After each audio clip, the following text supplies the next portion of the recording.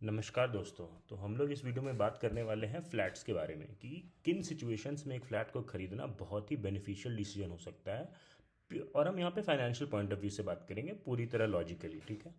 तो let's say we stay in a big society, in a big metro city, like जैसे मैं बैंगलोर या गुड़गांव जैसे शहरों की बात कर रहा हूँ। अगर आप यहाँ पे रहते हैं और तो हम क्या करेंगे, हम एक फ़्लैट एज्यूम करेंगे कि हम एक फ़्लैट खरीद रहे हैं, लोन पे खरीद रहे हैं लेट से, एंड कैलकुलेट करेंगे कि कैश कितना बेनिफिट हमें हो रहा है over a period of during the period जब हम उसको पूरी तरह चुका रहे हैं। तो बेंगलोर के बहुत सारे सिटीज़ में, बेंगलोर में हो या गुड़गांव में, इसके बहुत सारे एरियाज़ में आपको इजीली 5% रेंटल यील्ड मिल जाता है। रेंटल यील्ड का मतलब क्या है कि प्राइस ऑफ फ्लैट का कितना परसेंट आपको एक साल रेंट में मिलता है। जैसे अगर 1 करोड़ का फ्लैट है, उसका 5% कितना होता है, 5 लाख। हर साल में देखें तो कुछ 42 हज़ार के अराउंड आएगा। 42 हज़ार रुपये महीने का अगर रेंट आ रहा है आपको 1 करोड़ के घर से, तो उसका पाँच वो रेंटल यील्ड है 5%। और ये बहुत ईजिली बेंगलोर जैसे शहरों में पॉसिबल है। तो हम वैसा एक फ्लैट एज्यूम करके चलेंगे and then we will try to see कि क्या हो रहा है, ठीक है। अच्छा, और ये जो 1 करोड़ में फ्लैट बोल रहा हूँ प्राइस, तो I am including registration cost, interior की 1 करोड़ आपको पूरा में मिल रहा है, ठीक है। और उस पर बात करते हैं। तो रेंटल यील्ड तभी वो बेस्ट है, राइट, कैलकुलेशन करेक्ट है वो, है ना। तो लेट से कि आपने 1 करोड़ रुपए का लोन लिया है घर के लिए ही और पूरा कॉस्ट निकला है। मैं एकदम वर्स्ट के सिनेरियोज लेके चल रहा हूँ, और फिर भी आई ट्राई टू प्रूव कि स्टिल ये एक बेनिफिशियल डील है घर खरीदना ऐसे सिचुएशंस में, ठीक है। तो लेट्स से कि हमने 1 करोड़ का एक घर देखा है, 1 करोड़ का घर लिया हमने, और हमने 1 करोड़ का पूरा लोन लिया, ठीक है। तो आपके ऊपर 1 करोड़ का लोन है, लेट्स से हमने 14 साल का लोन लिया। हमने 14 साल का क्यों लिया? क्योंकि 1 लाख का लोन 14 साल में 1 हज़ार EMI देता है। तो फॉर सिंपल कैलकुलेशन आपकी EMI 1 लाख रुपए जाएगी, राइट, अगर आपने 1 करोड़ का लोन लिया है तो। अब आपने 14 साल का लोन ले लिया, 1 लाख रुपए EMI जानी है, और आपने उसको रेंट पे चढ़ा दिया। और 5% रेंटल यील्ड है बेंगलोर में, इन मेनी प्लेसेस 5 से ज़्यादा भी है, 6+ भी है, राइट। गुड़गांव में भी 5+ हो गया होगा। तो मैं कह रहा हूँ कि 42,000 आपको पर मंथ आ रहा है रेंट।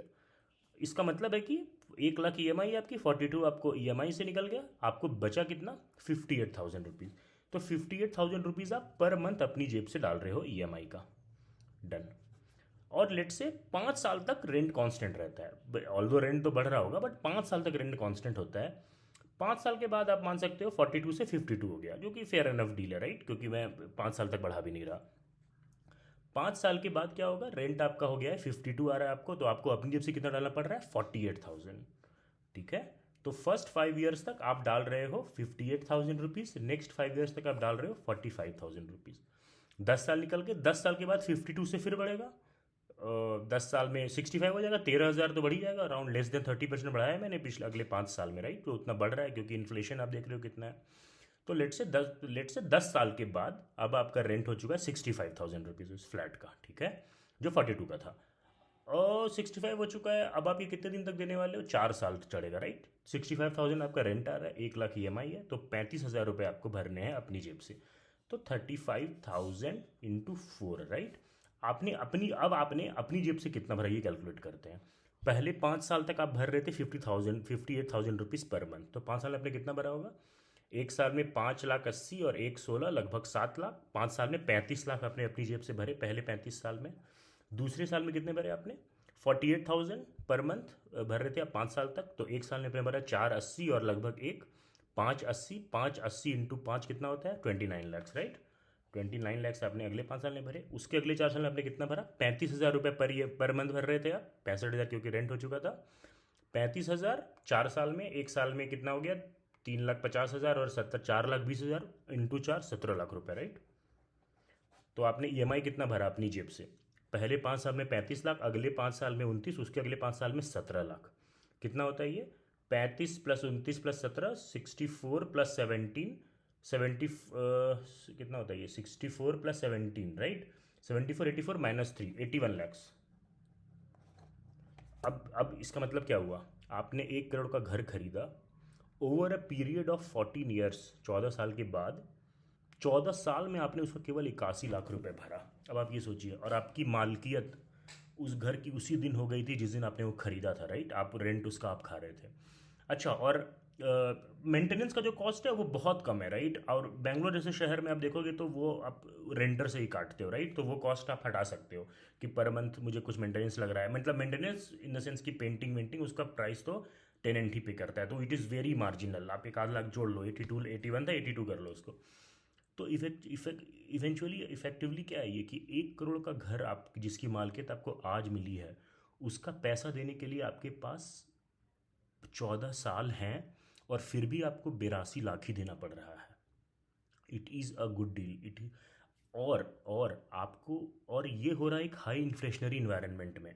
मैंने ये कैलकुलेशंस किए एकदम मिनिमल को लेकर, राइट। रेंट इससे ज़्यादा बढ़ेगा, प्राइसेस ऑफ फ्लैट इससे ज़्यादा बढ़ सकते हैं, राइट। प्राइस ऑफ फ्लैट, अच्छा, और प्राइस ऑफ फ्लैट भी आपका बढ़ा होगा। 1 करोड़ का आपने घर खरीदा, 20-30% अप्रिसिएशन आपको मिलना ही है with in the next 2-3 years it self, right. तो 1 करोड़ का घर 2-3 साल के बाद ही 1 करोड़ 20 लाख का हो चुका होगा। तो अगर आप 2-3 साल बाद देखोगे, आपने 1 करोड़ का लोन ले रखा था, 2-3 साल बाद में आपने बहुत कम पैसे दिए होंगे, राइट। 2-4 लाख दिए होंगे शायद, 58,000 पर मंथ। कितना दिया आपने 2 साल में? चलिए 12 लाख दिया आपने। 12 लाख आपने भरा over a period of 2 years, और आप बेनिफिट पर कितना बैठे हो? 20 लाख के बेनिफिट पर बैठे हो।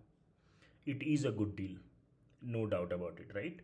तो आपको कब फ्लैट खरीदना है? सिंपल। अच्छा, और देखिए मैंने ये रेंट पे चढ़ाया है। अगर आप अपने लिए खरीद रहे हो तब तो आपको पहला घर होगा आपका, तो आपको तो इंटरेस्ट बेनिफिट भी मिलेगा, क्योंकि रेंट इंटरेस्ट बेनिफिट्स मिलते हैं, आपको पता होगा कि इंटरेस्ट बेनिफिट मिल रहा है 4 लाख तक। 2 लाख आप, 2 लाख आपकी वाइफ, 4 लाख तक आपको इंटरेस्ट बेनिफिट भी मिल सकता है, राइट। तो buying a flat is a good deal if the rental is 5%। तो आपको क्या देखना है? आप जिस सोसाइटी में रहते हो, आप वहाँ के फ्लैट का प्राइसेस देख लो, अब अपना रेंटल यील्ड देख लो कि अगर आप 5% या उसके आसपास दे रहे हो, 5 से कम में भी ये अच्छा डील होगा, है ना। तो आपको खरीद लेना है वो।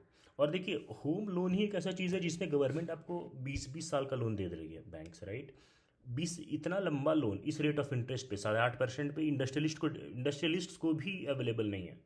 होम घर पर ही ये लोन अवेलेबल है, क्योंकि आप जब घर लेते हो तो इकोनॉमिक एक्टिविटी उसके बाद बढ़ती हैं आपकी, राइट। कि आप अच्छा इंटीरियर कराते हो, आप मतलब आप ज़्यादा घर पे कुछ खराब हो गया तो उसको तुरंत ठीक भी कराते हो, राइट। तो मतलब इकोनॉमी के लिए वो बूम करता है, शायद इसलिए भी गवर्नमेंट ने ऐसा लोन रखा होगा या ये प्रावधान रखा होगा कि लोग घर ज़्यादा से ज़्यादा घर खरीदें। तो आपको इन कैलकुलेशंस के हिसाब से कैलकुलेट करना है और घर खरीदना है। अच्छा हाँ, तो ये किसको किसको लेना चाहिए, राइट। एक हमने देखा कंडीशन की रेंटल यील्ड हाई होना चाहिए। मैं 5% लिया, आप 4% के लिए कैलकुलेट करके देख लो। आई थिंक आप स्टिल प्रॉफिटेबल ही रहोगे, राइट। और दूसरी सबसे बड़ी चीज़ है कि 1 करोड़ के लिए आपको 14 साल मिले, और जैसे मैं 10 साल बाद में कह रहा था कि 35,000 आपको भरना है, राइट, अपनी जेब से, उसकी कुछ वैल्यू ही नहीं होगी। 35,000 रुपये की आज से 10 साल बाद क्या वैल्यू होगी? बहुत कम। आप सोचो इन्फ्लेशन कितना है अभी। 10 साल पहले आज से 35,000 की जो वैल्यू थी, आज उसकी वैल्यू कितनी होगी बताओ? 17,500 के बराबर होगी। 50% तो घट चुका है ना। तो इन हाई इन्फ्लेशनरी वर्ल्ड, अगर आपको कम रेट ऑफ इंटरेस्ट पे मिल रहा है घर, तो आपको ये ले लेना चाहिए। तो रेंटल यील्ड की बात होगी पहली, कि आपको जहाँ लेना है, घर लेना है, आप वहाँ का रेंटल यील्ड देख लो अपनी सोसाइटी का। दूसरा, आपको ईएमआई भरना होगा, राइट, पहले साल ही 58,000, राइट।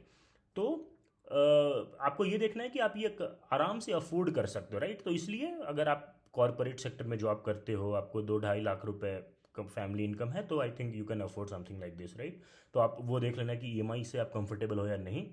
आप ईएमआई बढ़ा भी सकते हो, 14 साल की जगह आप ज़्यादा साल का लो। मैंने 14 ले लिया था मिनिमल के लिए, आप 20 साल ले लो, है ना, कोई प्रॉब्लम नहीं है, राइट। और जब पैसा बढ़े तो आप उसको पैसा लोन चुका दो, क्योंकि अगर आप स्टैटिस्टिकली देखा जाए तो लोग होम लोन अपना 9 साल में चुका देते हैं, है ना। तो अगर लोग 9 साल में लोन स्टैटिकली चुका देते हैं, क्योंकि सैलरीज बढ़ती हैं, मतलब ना इन्फ्लेशन है तो पैसे की वैल्यू घटती है, सैलरी बढ़ी, ईएमआई तो कांस्टेंट ही रहने वाला है, तो आप चुका ही दोगे नया नॉर्मली। तो आप जितना कंफर्टेबल हो उस साल का लोन लीजिए, कोई इशू नहीं है।